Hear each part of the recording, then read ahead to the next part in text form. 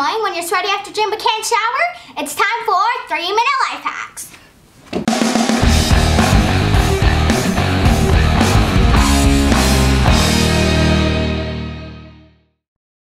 Hey guys, how you doing today? I'm doing good. Today for gym, I'm playing tennis, and I love tennis. But my gym teacher said that it would be best if I don't bring in the camera because like the tennis balls could hit the camera and that'd be bad. And it'd get me distracted, so yeah.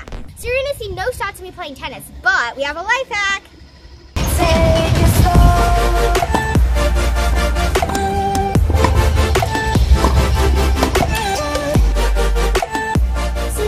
Probably tell I finished the gym. I'm all sweaty and yucky and my hair's a mess. So I'm not gonna put on, my problem is I'm not gonna put on my clean, pretty clothes on top of absolutely disgusting sweat. So in 6th grade in middle school, you have no showers in my school at least. And maybe in some schools there are, but in none of mine. So I always have to put on clean clothes on top of yucky, sweaty skin. So my answer for this is I have this bag right here, which has some stuff in it to help me with this.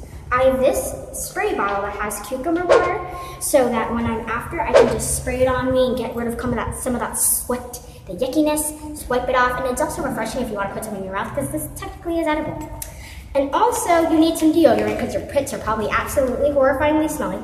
So I have my deodorant, and then I brought these wipes with me so you can like wipe it off on your like armpits and around your chest area, and then also bring a wash towel so you can wash off your face with some nice water, and then you can get all clean and fresh and refreshing. So yeah, let me go do that.